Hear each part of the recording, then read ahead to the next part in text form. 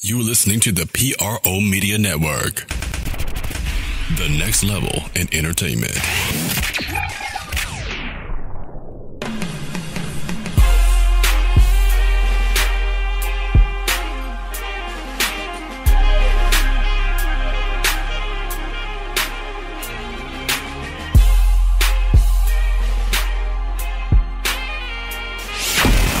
Get ready. It's time for the Sports Coma with Big Q and the guys.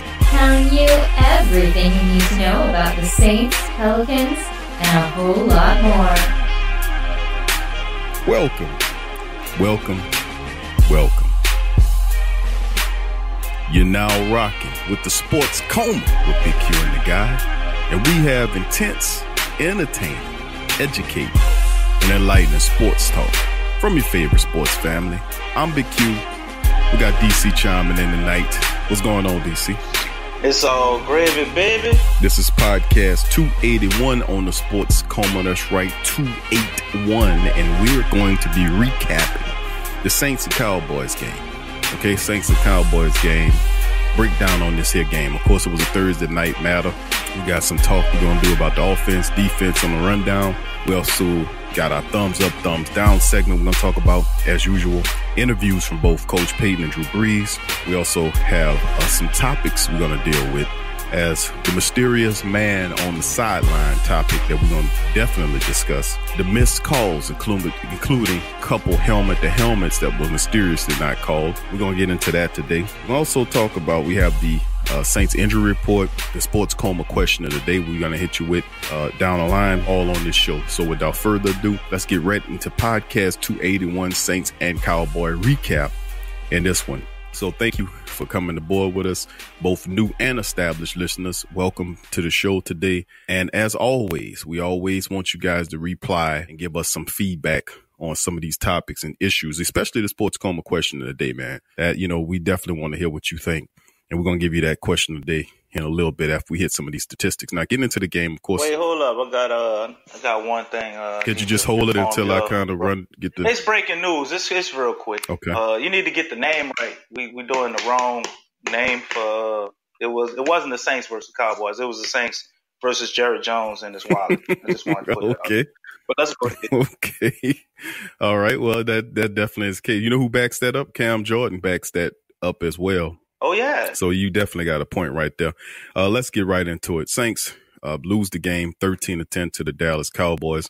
Offense struggled mightily in this game. Drew Brees looked like, I'm just going to be honest with you, pardon my Portuguese, but he was absolutely terrible. And I hear all these commentators coming out, Stephen A. Smiths and all these other guys that didn't have anything to say about the Saints initially. Now that the Saints start turning over wins, they always, they start riding that hot tail. I was like, you can't see past that. You know what I'm saying? It's like they can't see past, what they're doing right now. This team has flaws, no doubt about it. They're playing well, but they're not perfect, And to be honest with you, we had conversations saying that the Saints are not going to finish out at 15-1. To be honest with you, be real with you, they got a lot of tough teams. When you playing this well, you're going to get everybody's best coming down the stretch. Right. Because everybody's labeling you as a Super Bowl pick. And when they start doing that, you no longer under underdog status. You can't be the underdog when everybody's saying that you're the Super Bowl favorite. So a lot of that's been the Saints were smoking their own dope, to be honest with you. To address the issue before we get into the statistics, DC, quickly, I'm going to get your comment onto what I'm about to say.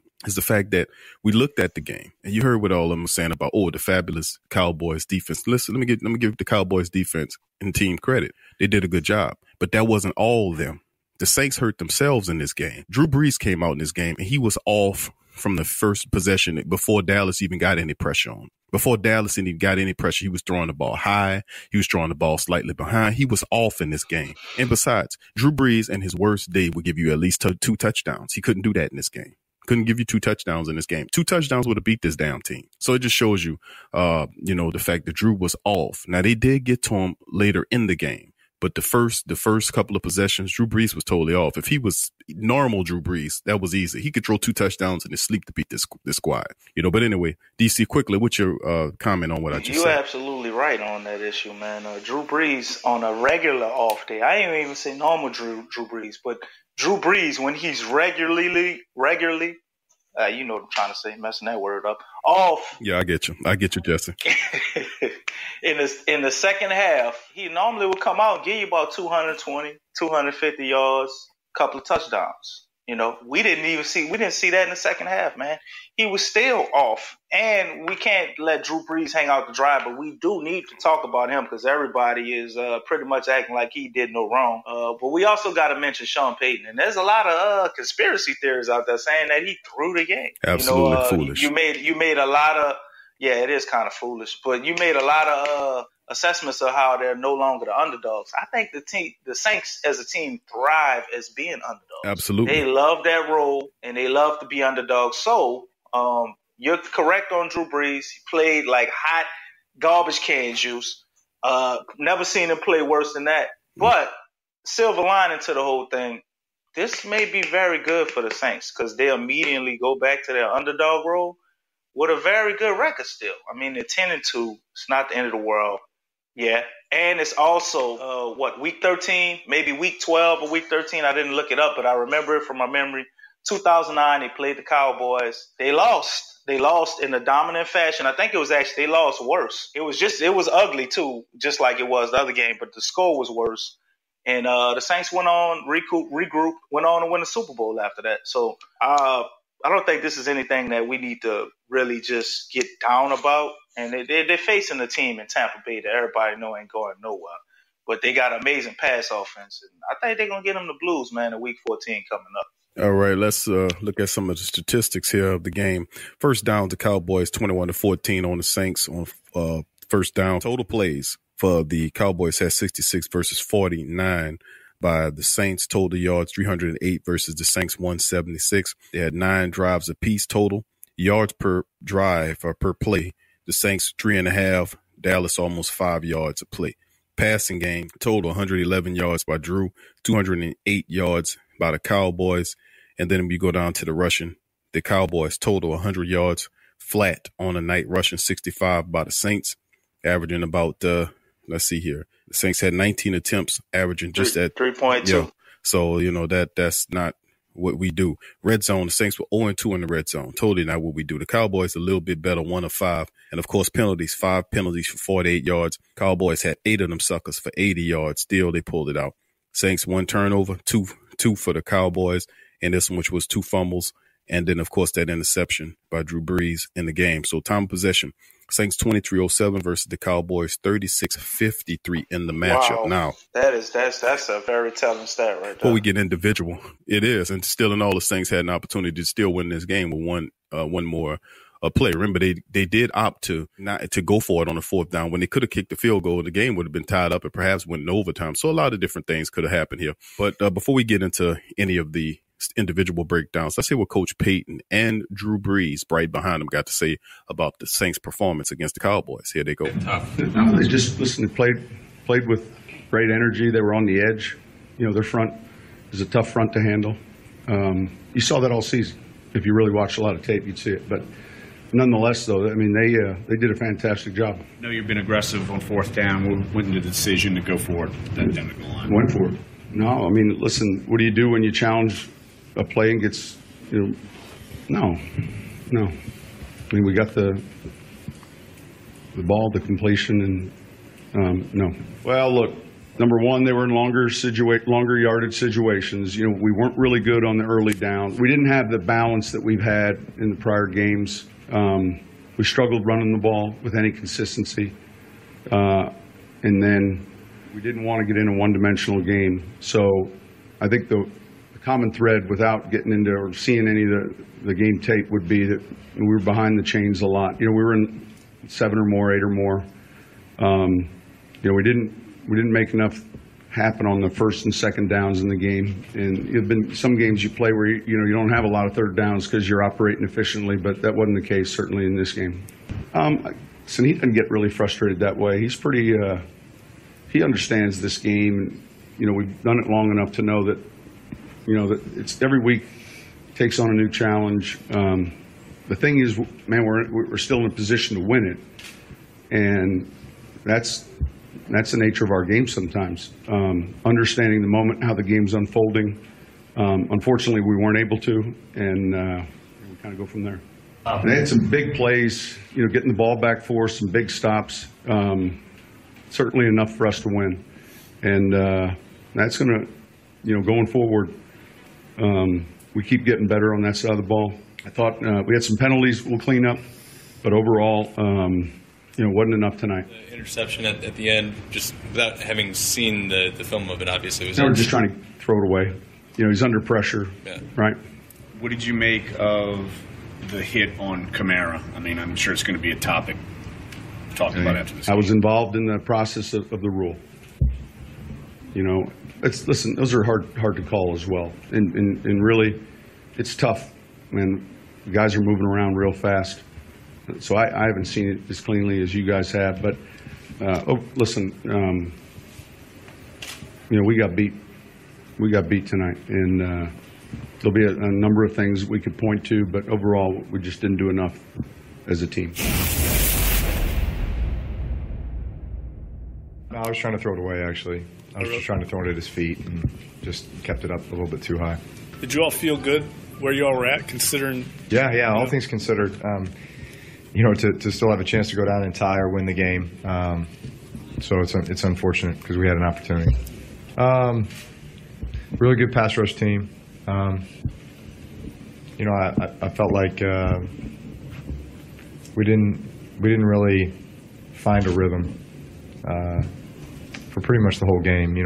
I guess we may have had one decent drive, but for the most part, I felt like we were just didn't really find a great rhythm with what we were doing. So credit to them. Well, listen, we get some time now to get some guys healthy. We play 3 games in 11 days. That's tough. So we'll regroup after this weekend and get ready to work because we got a tough stretch ahead of us. Here we are at 10-2. Obviously, we'd won 10 in a row, which felt like we were rolling, and so now it's time to get that mojo back and get back to work when we get back and get ready to roll. Again, I don't know how many plays we ran. Just didn't feel like we were out there a lot, right? Didn't feel like we put together many, good drives.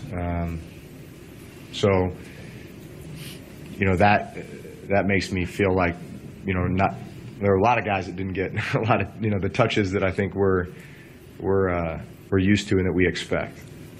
Well, every holding call that they threw was on Mike. Yeah, they were holding him every chance they got. But no, listen, they've got some good DBs on that side of the ball, and so those guys played a good game. Any thoughts on the hit that Camara took? What do you think? Yeah, let the league deal with that. No. Listen, this was the next game. It was a big game. It was the most important game of the season because it was the next game. And we came out and didn't play with the tempo and rhythm I think that we're used to. So I think when we get back, I know it's going to be time to get back to work. Everybody's going to be ready to get back to work. We will have gotten a couple extra days to get our bodies back and. We're ready to go. All right, that was Coach Payton and Drew chiming in on their thoughts on the Cowboys matchup. Like I said, this is the Cowboys. This is going to be the Cowboys Super Bowl because they're not really going anywhere. I'm not hating on the Cowboys. I'm just saying that if you look at what they have to go through, they might actually finish out the top of the NFC East. I would love to see them in the playoffs and get a little revenge there. But like DC astutely said, we did the same narrative occurred back in 09 when we went to when the Cowboys were beat the Saints in that matchup. The Saints refocused and came back at it. And to be honest with you, the Saints was smoking their own dope a little bit here, believing all the nonsense these other people were dishing out. It's good to see. This is a good loss in the terms of a lot of people ain't gonna hear what you mean good loss. Good loss because the Cowboys, which is a rival, the biggest Saints rival outside of Atlanta, is Dallas. And so the Saints have over the last several years have been a team that has beaten Dallas. They've beaten Dallas. So this has become a big time rivalry going west, Falcons going east. When you get slapped down by your second largest rival, like what they got, when they get slapped down, but everybody around the league pretending like they beat the Saints 30-10. They just won 13-10 in this game. The Saints are stunned. Well, such demonstrative loss. I can't Stephen A. Smith. I can't believe I am shocked. I am shocked, and I'm looking at the score saying, "What the hell are these guys talking about? These guys all must be on drugs or something."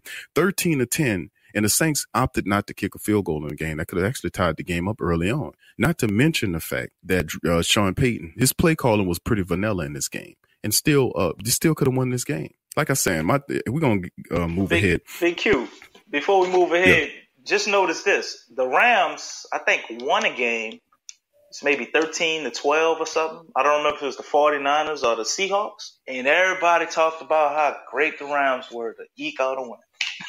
I mean, listen, man. If we would have won this game 13-10, you know how negative the response would have been, even if we would have pulled that out and won. It still would have been the same scenario. Oh, the Cowboys stopped the Saints from scoring 30 or 40 points a game. Man, let me be honest with you. The true narrative of this game is simple. The Saints, this loss falls squarely on one person. You know, you could really pinpoint it was a quarterback play. You had quarterback play with Drew Brees. It's one of his worst games of the season. Now, he's a Hall of Fame quarterback, most definitely, but he's not above critiquing. He's not above me critiquing. You had horrible officiating. Yeah, we're going to get into man. that. Michael Thomas got pass interference every damn play. Cam Jordan got held all game, and they called the last one. We're going to get into it. But Drew Brees, listen to individual statistics from this game as well. Drew Brees, 18 of 28 for 127. That's laughable. 4.5. That's numbers that Joe Burrow will give you. And MVP out the window, though, man. That's his second week in a row throwing for about 100-something yards. One touchdown, one interception. He could almost wrap that MVP up. He was sacked two times in the game. QB rating of 71.6. Not a very good game for Drew. If Drew was just halfway decent and gave him another touchdown, he would have beat this team. New Orleans rushing stats, 19 carries for 65 yards. That's totally embarrassing. Gave Alvin Kamara, who didn't look like himself. I would have definitely flipped the table and gave Ingram more carries than I was giving Kamara. Kamara had no wiggle. He just didn't look more elusive. I don't know if he was hurt or disinterested. I don't know what the hell was wrong with Alvin Kamara in this game, but he was not elusive. He didn't look like himself, looked like he was just out there. If I'm coaching and I see a player who's not his usual self, I'm going to rely on the guy behind him, because Mark Ingram looked good enough to play. Should have got more than 7 carries in this game for 27 yards. I'm going to just be honest with you. Plus, he ripped off a 13-yard run. He should have got more carries. But 19 carries for 65 yards, 3.5 yards on the average for the Saints through the rushing game. That's it. That's terrible. You know, that's the more balls should have been given to Ingram than Kamara. It's just my take. Michael Thomas on the day, he led the team. He was targeted eight times, caught 5 of them for 40 yards, averaging 8 yards a catch. No touchdowns. Kamara led the team, 8 catches, 36 yards. He was targeted 11 times. That's totally garbage. And most of that stuff was horrible. He was check down throws where Jalen Smith was ahead of him, all kind of foolishness, just garbage, absolutely crazy. Then after that, you had Dan Arnold made a couple of plays. He was helmet to helmet, end up dropping the ball. Ingram had 2 catches, was minuscule, and Keith Kirkwood did have a touchdown, which was a really nice throw by Drew for 30 yards. Got him a score. He was targeted 3 times as well, didn't catch. He has to do a better job. And where's Brandon Marshall at? I'm pretty sure Brandon Marshall could have really helped out in this game. Saints continue for the 3rd straight game to not have him play. And if he's not going to play, what the hell you got him for? You know, we're missing one player. Traquan Smith is not on the stat sheet because he had a crucial touchdown drop. I think that should be up there. Yeah, it should be. And then, of course, looking now, before we get into the rest of the statistics, DC, let's go into our thumbs up, thumbs down section. I'm going to let you go first. I went first last time. Who's your thumbs up, thumbs down player for the game? Well, as usual, I'm a finagle and bend the rules a little bit, man. 2 guys I definitely have to mention. I mean, it's really 3, man. It's hard for the thumbs up, and it's all defensive guys. I got to give a shout out to Demario Davis. I mean, the man had 11 tackles on the night. He was everywhere, but it's just a shout out to him. But my thumbs up guys, I got to go with Cam Jordan and David Oyemade. Without those 2 players, single-handedly, we might have not even got 10 points. So my 2 thumbs up guys, I know it's supposed to be 1, but I couldn't leave one off without the other, man. It was so impactful. And to me, they basically matched each other play for play. 7 total tackles by Oyemade, 7 tackles by Cam, 4 solo by Oyemade, 3 solo by Cam, 2 sacks by Cam, 3 by Oyemade, 2.5 tackles for a loss, 3 Oyemata, obviously, 3 sacks. So those are my 2 thumbs up guys. Thumbs down, man. I'm going with Drew Brees, but I can't leave him on the island by himself. I got to throw Sean Payton in there, too. 100-something yards passing, a pick, and a touchdown. He had a 16.3 QBR rating. Laughable. That's insane for Drew Brees. Even on a bad day, that is beyond bad for him. So I don't know what's going on with him, but I can also say he wasn't helped by his head coach. Sean Payton called some crazy plays, and I thought a lot of times they just depended on trash just out of the backfield. Everybody's talking about all this pressure. I mean, Drew Brees only got sacked twice, yo. Calm down with that. The Saints put Dak Prescott on the ground 7 times. You know, and they talking about all the pressure Drew Brees had. He did have some pressure. He did.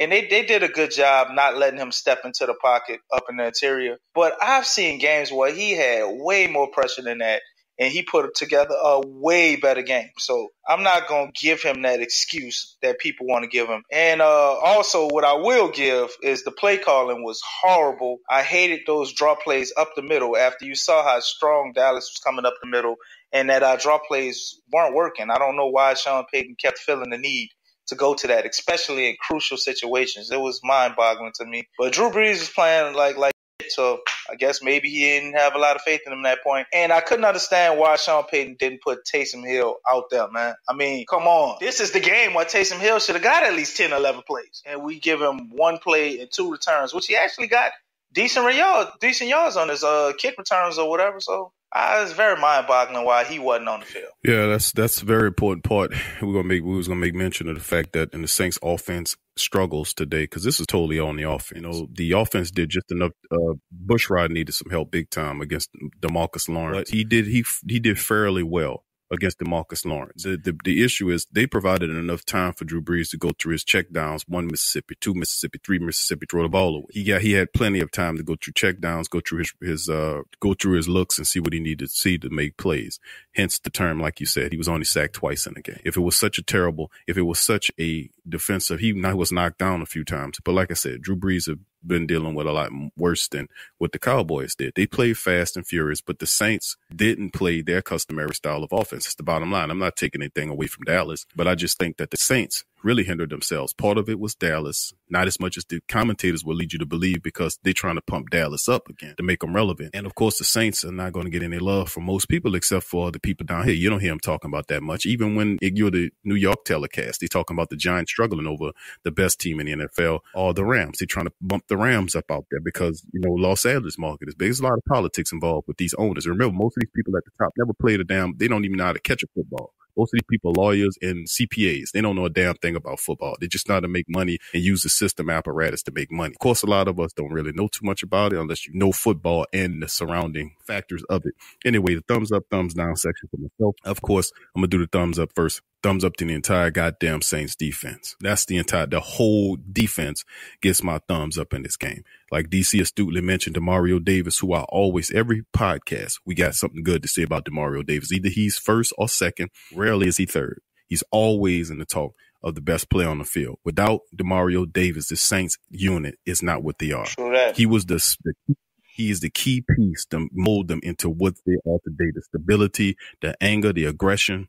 All that is DeMario Davis. He sets the tone. Even though it's Cam, people give Cam the team because Cam's so powerful and how Sheldon Rankin stepped up. But let me tell you, center of the defense at that linebacker position, he's terrific. 11 tackles in the game. Marshawn Lattimore had 10.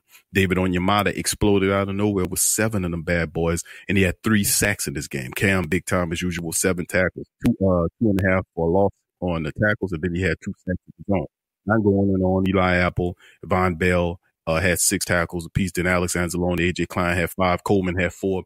Sheldon Rankins had 4 tackles. So the whole Saints defense gets my thumbs up because really they held this team to just 1 score. They held them well enough for the Saints defense to get going. They just didn't. My thumbs down goes to the Saints. QB, Drew Brees. Drew Brees was terrible in this game. And people might say, well, we love Drew Brees. Yeah, I love Drew Brees. But you got people in your family your family members are people you really like that you criticize because they're not perfect. They can go out there and they're going to have shitty outings like what he had in this game. This, like I said, I don't know what these commentators, they got a cookie cutter mindset. You know, one guy says this to all the rest of them might veer off just slight degree from what the original thought process was. But what I seen was not domination by the Cowboys.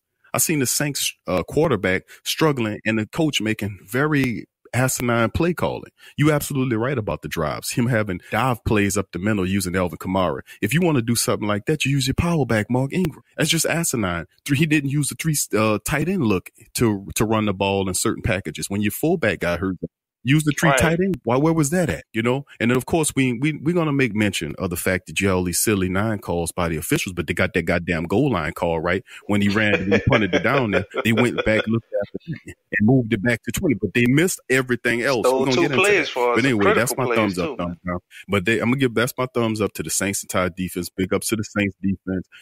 For what they did in this game. Nobody that's being overshadowed and they're not talking about it. They're talking about we shocked Dallas, shocked the world with a 13-10 goddamn win. For real?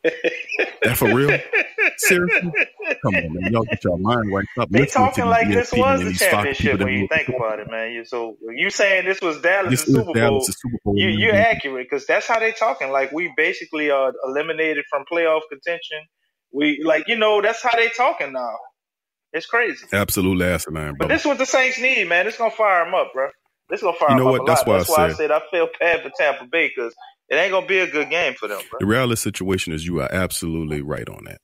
This was a good loss, and I mean good loss in the mind text that when you get beat down by a rival, and this is what Dallas is, they're the rival, the second rival of the Saints. The best one is the top rival is Atlanta, second one's Dallas. Yeah, they just want to go back, man, go back into history. A lot of people in the Sean Payton era probably wondering, like, what do you mean, Big Q? Check the stats. But if they remember, wasn't Dallas and the 49ers, man, we had big rivalries with both of them on top of Atlanta, so and the Rams.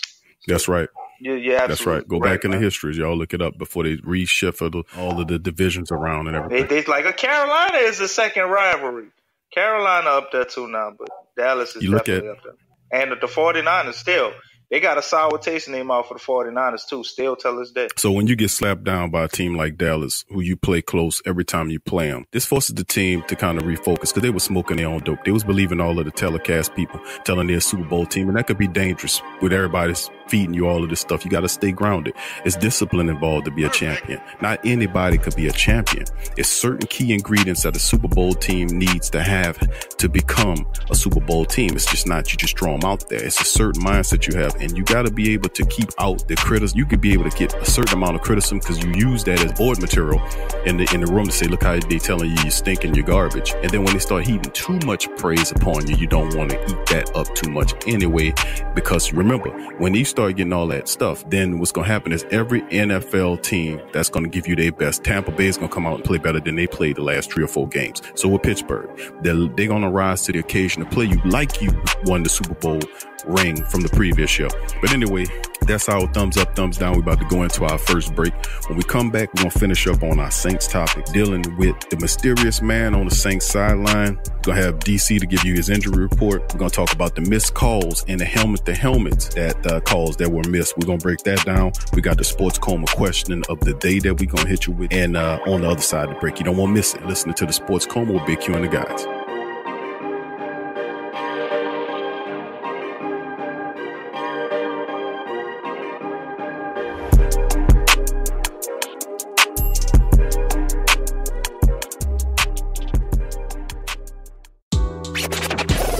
Saints and Pelicans fan, so the only podcast I can get my fix is the Sports Coma with Big Q. The guy's intense, funny, and they always keep it real.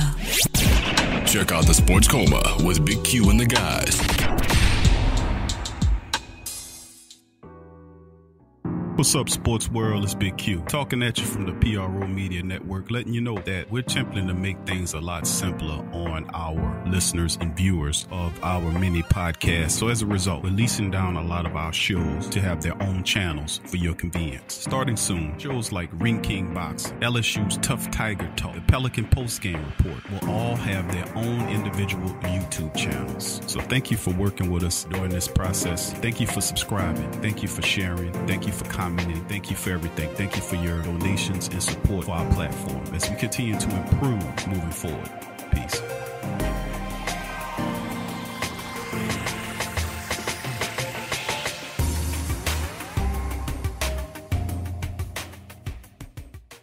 Sports fans are gearing up and saving big at Fanatics.com, the world's largest collection of officially licensed fan gear.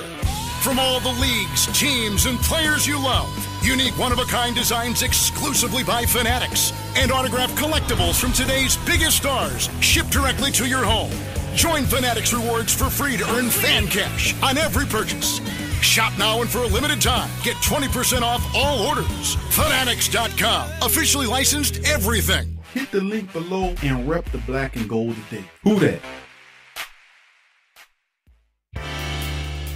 Do you need a domain name? How about a host for your website that can work with WordPress? Try Namecheap.com. They make registering, hosting, and managing domain names for yourself or others easy and affordable because the internet needs people. Namecheap is an ICANN accredited domain register and technology company founded in 2000. It's one of the fastest growing American companies according to the 2018 Inc. 5000. Celebrating nearly 2 decades of providing unparalleled levels of service, security, and support. Namecheap has been steadfast in customer satisfaction with over 10 million domains under management. Namecheap is among the top domain registrars and web providers in the world. They offer a full selection of popular and unique domains along with fully featured hosting packages, SSL security certificates, WhoisGuard privacy protections, and more, all at the lowest prices in the industry. So if you need a domain name or hosting or anything else, think Namecheap.com. That's right, Namecheap.com. Check the description section below for link.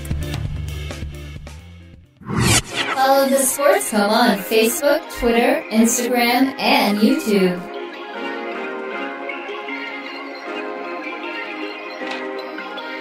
Perfect.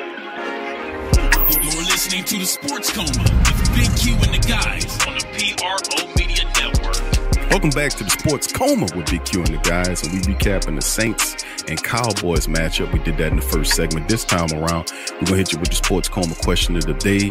We're going to talk about some more topics dealing with the mysterious man on the sideline, the missed helmet-to-helmet calls, and other calls that the officials didn't get right for the Saints in this matchup.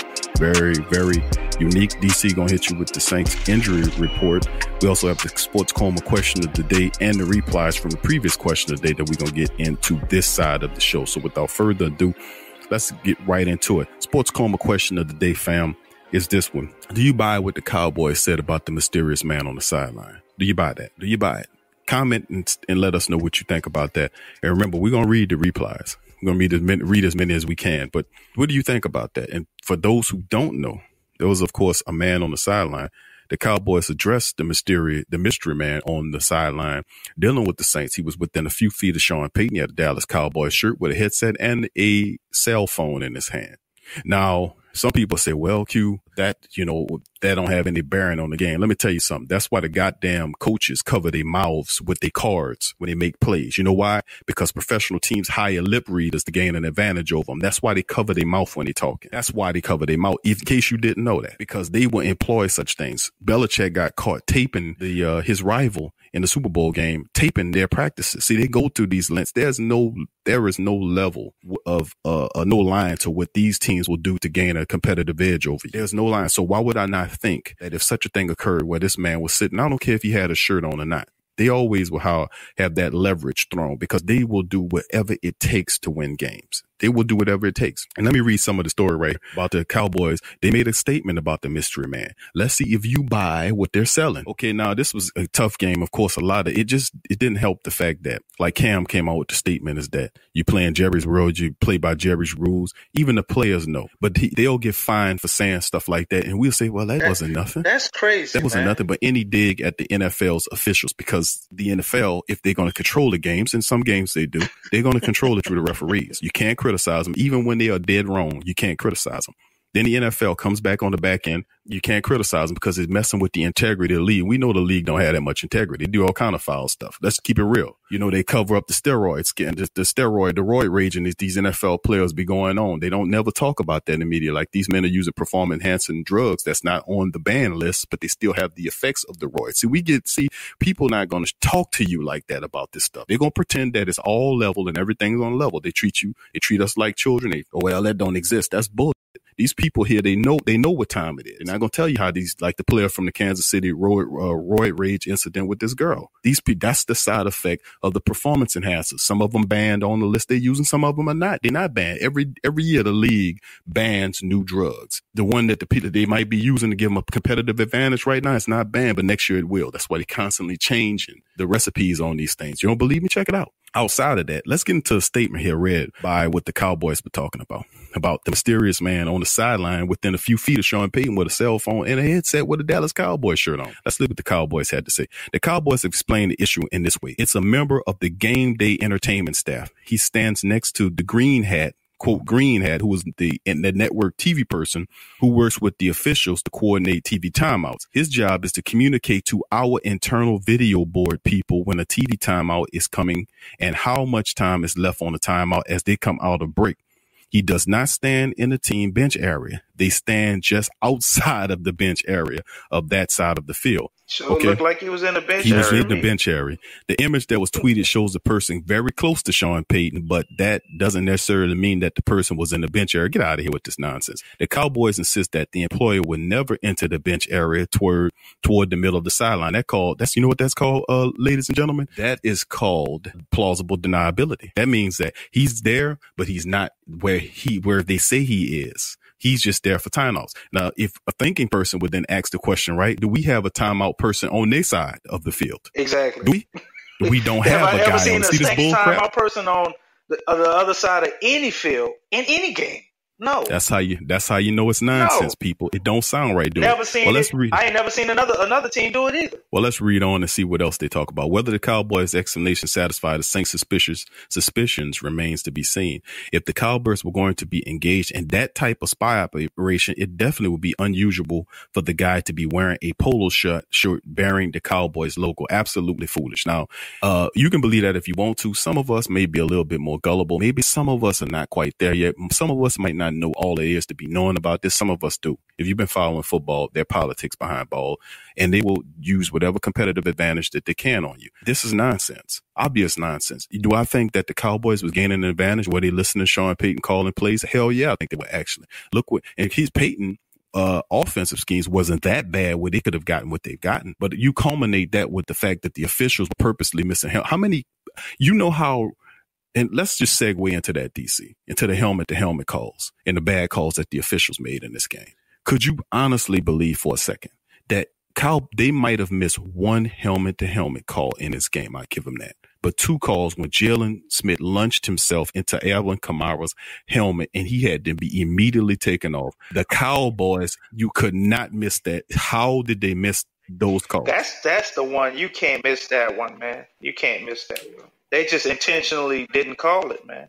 I bet every dollar I got in my bank account, if that would have happened, if a Saints player would have did that to a Dallas player, they would have thrown him out the game. It was reminiscent pretty much remember the 49ers game when Dante Whitner hit Pierre Thomas directly in the helmet? Yep. It was nothing. It's like it was nothing. I'm like, how are you just going to blatantly cheat like that? The Michael Thomas catch, too. Once I saw that, I kind of knew it was going to be in for a long night. It was a catch.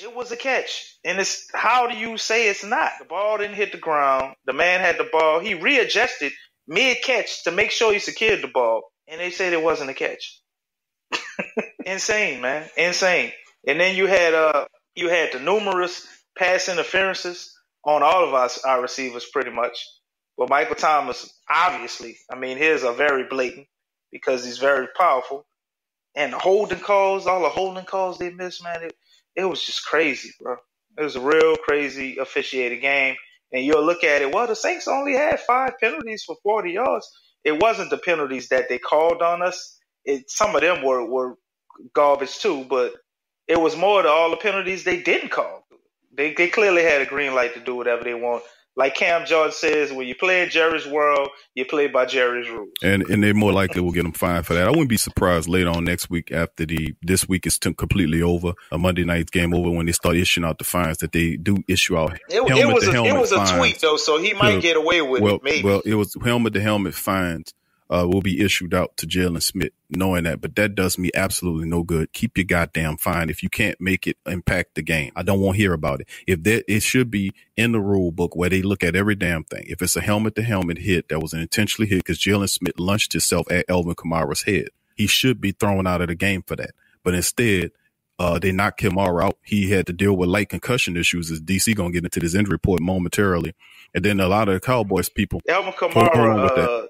Hold on, we're gonna get into that. But a lot of the Cowboys fans gonna say the Saints people have sour grapes with them. It's not sour grapes. It's not sour grapes. We give Cowboys credit because I'll give them big time credit. Des Prescott had an excellent scramble, which if the Saints could have sacked him or tackled him before the first, he had a late scramble that he broke 2 tackles to get a first down. That was a very impressive move. He had good statistics. The Saints defense, big ups to them for holding down Zeke Elliott again in this game to 70-something yards rushing.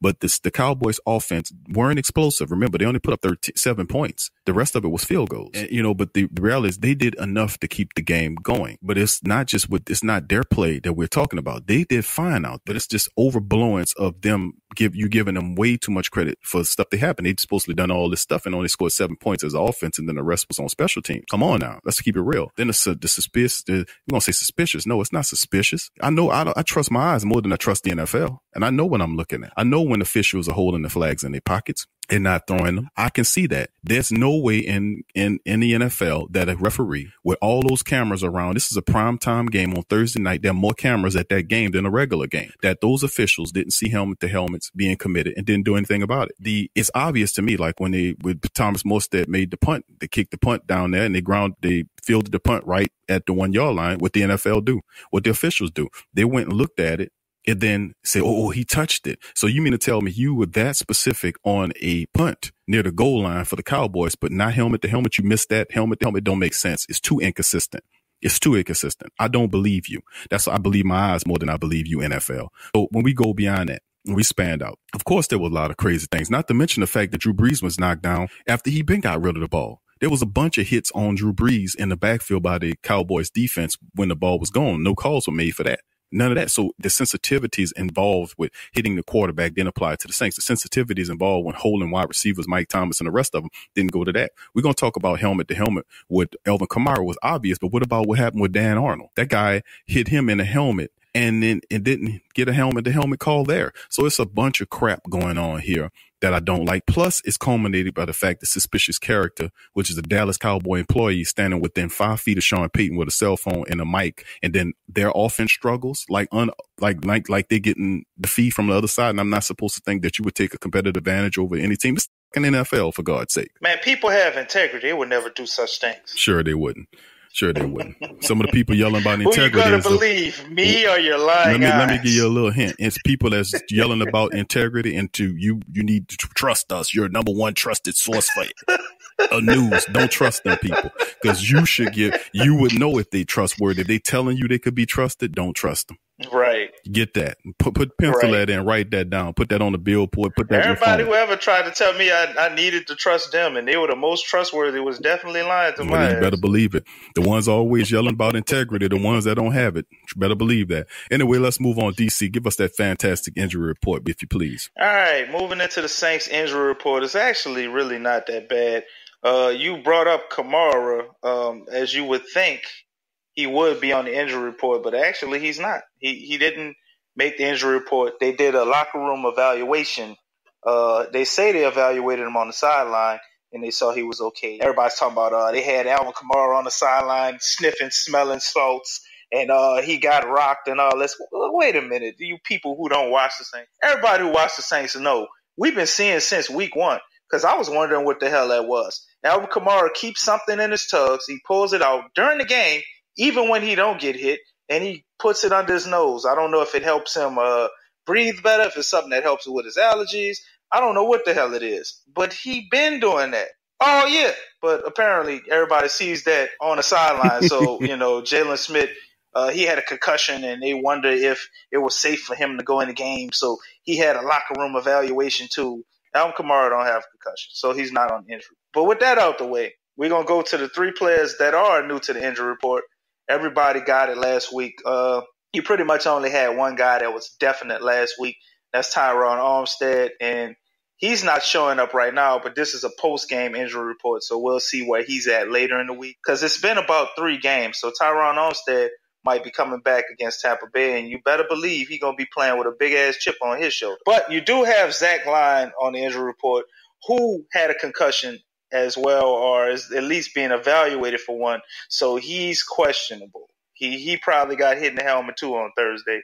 The way they was just handing them helmet to helmets all day. They wasn't calling them. If I was a Dallas player, hey, why not? I got a game where I could just go buck wild. They ain't going to do me nothing. You got Brandon Marshall, who's still on the injury report, listed as day-to-day with a coach's decision. I really don't understand this mysterious injury Brandon Marshall has. I don't know if he came to New Orleans and had to get a new person to do his dreadlocks. Maybe they put him too tight or something. I don't know what's going on with that. But you have Tommy Lee Lewis. He's also day-to-day with some mysterious injury, coach's decision as well. So I don't know what's going on with our wide receivers and these suspicious injuries. But hopefully we'll have them against Tampa Bay because we had Brandon Marshall. It's almost been about 3 weeks now, and we still haven't seen him. I don't think if Dez Bryant would have been playing, I don't think it took this long. We would have definitely seen Dez Bryant against the Cowboys. So I'm expecting to see Brandon Marshall at least by next week. Yeah, they could definitely abuse him in this Dallas game. No doubt about it. But it just didn't work out. I don't know what's going on with that. That's real mysterious. This is the first time in a long time that I've seen them add not just some indie guy, but a guy like experienced wide receiver like Brandon Marshall who come in and be not your first or second, but at worst your third wide receiver in there because of what he can do. And it's been 3 weeks and you haven't even got close to sniffing the field. Very unusual. I don't know what's going on. Des Bryant hurt himself. I mean, maybe he's still inactive. He didn't catch up the terminology because the Saints have a very difficult communication and when they call it plays, man. If you ever hear them call any plays, 2 route triple seam sluggo go 5 608 with the communication. Maybe it's a gap there, so I don't know. Maybe they're just listing them on the injury report to try to technically do things correct. I don't know how many people they can hold inactive, so it could be something like that. The Saints always play around with stuff in a different way than other teams, so maybe he's not hurt. But I definitely expect to see him against Tampa Bay. If he don't play against Tampa Bay, man, I don't know something is definitely wrong. Because after this Dallas game, we definitely need help at receiver. With Ted again approaching comeback and real soon, I definitely could use both of those veteran wide receivers as we get close and close to playoffs and get ready to do a double feature with the Carolina Panthers and a very exciting matchup in the Dome with the Pittsburgh Steelers. So we definitely can use both those talented veteran wide receivers in our wide receiver room. Moving forward, back to the question of the day for this day is, do you believe what the Cowboys are selling? Are you buying what they're selling? Do you believe the comments made? No, I don't buy it from scam artists. We know what DC think. Y'all heard what I think. So what do you think? Do you believe the Cowboys' rendition of information dealing with the mysterious man within 5 feet of Sean Payton with a cell phone in the headset, reportedly on their sideline for timeout purposes, TV timeout purposes? We don't have a guy on their sideline. So you know what? If that's the case, then every NFL person could put a guy in their jersey next to their 5 feet within their coaches on each side to make sure they get TV timeouts. Get out of here with that nonsense. But let's see what you say. But anyway, that's good for the show. We appreciate you guys for listening. If you like the show, remember, one of the main things that you can do to help us on the Sports Coma is going to patreon.com/the Media Network and contributing. You can become a monthly contributor, or you could perhaps be a one-time contributor. All proceeds of things that you send can help the show get to where we want to be. Remember, we're trying to, do a live rendition of the Sports Coma on the weekends where we talk about issues like this, and you can call in live or chat or whatever to, speak with us. We could do this here thing live. Remember, that's www.patreon.com/the Media Network. The link is in the description section below. It got all kind of perks that come with being a Patreon partner or being with us on Patreon.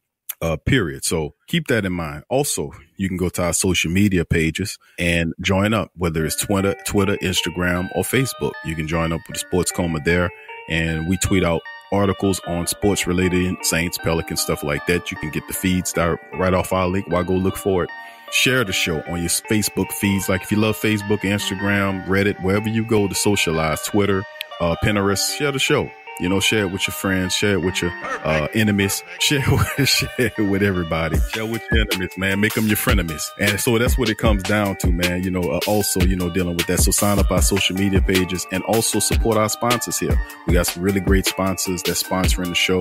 You can help us out by supporting our sponsors with their goods and services. And as I go back to the Patreon thing, check it out. Go to www.patreon.com/PRO Media Network and become a contributor like Sean Sims, who is a contributor. Big ups to Sean for showing support for the Sports Coma. If you want to be like Sean Sims, we got mad respect for it. Please, you know, go to patreon.com/the PR Media Network and sign up as a contributor. It'll help empower the show so we can build this platform for all of us so we can have a voice and be a bigger Spoodat Black and Gold Nation. So for me and DC and the entire crew at the Sports Coma, thank you for listening, both new and established listeners.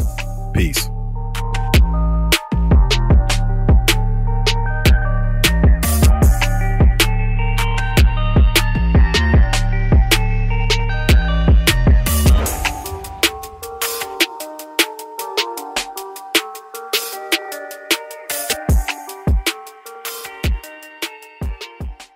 Forget ESPN or Fox. Get straight sports talk from the Sports Coma with Big Q and the guys.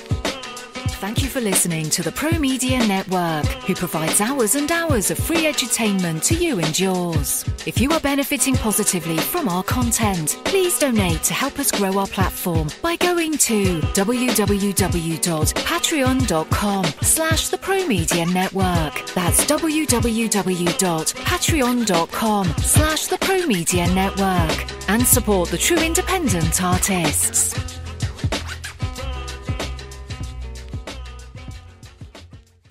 Tea is your escape. It's your opportunity to create a moment for stillness, for reflection, for yourself. It's your connection to a world of senses, flavors both exotic and familiar, energizing and relaxing. It's your retreat from an increasingly turbulent world. It's the perfect paradox of simplicity and complexity. Teabox.com connects tea to people, uniting the richest flavors of the finest teas with the curious, the cultivated, and the adventurous all over the world. The freshest tea you've ever tasted, from crop to cup.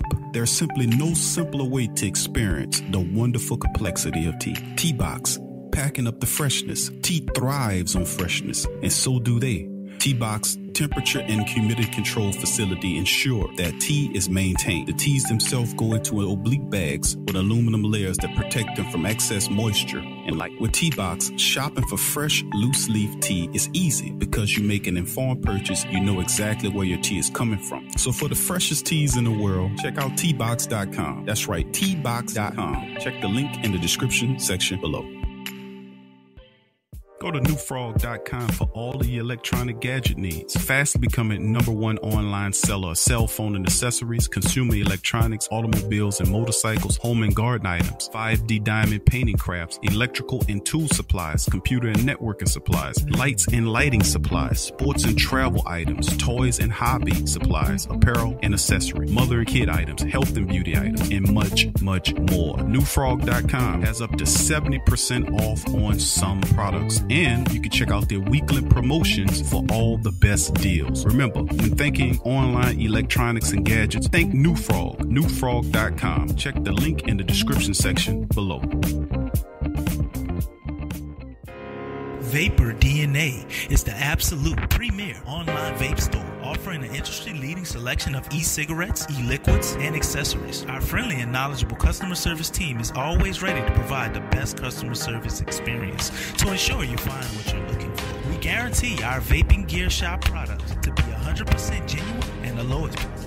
We are so confident in our selection and our customer service. We will offer our customers a 45-day refund policy. That's right, a 45-day refund policy. We are proud of this offer for 3 simple reasons: quality, selection, and price. And that is the reason you should choose Vapor DNA for all your vaping needs. That's www.vapordna.com. Again, that's www.vapordna.com.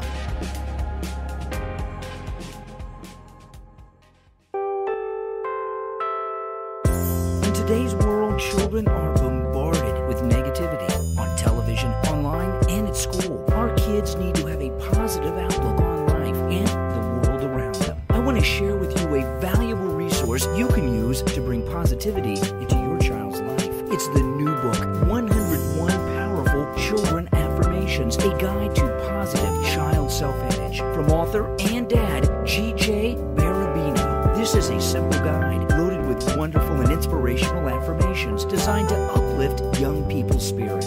This positive and powerful children affirmational is chock full and loaded with wonderful inspirational sayings that will lift your child's self-image to whole new levels through the awesome power of spoken word. 101 Powerful Children Affirmations, a guide to positive child self-image, from author and dad, G.J. Barabino. Available on Amazon. Order a copy for yourself, your child's teachers, or anyone you know with children. 101 Powerful Children Affirmations, a guide to positive child self-image. Order your copy today.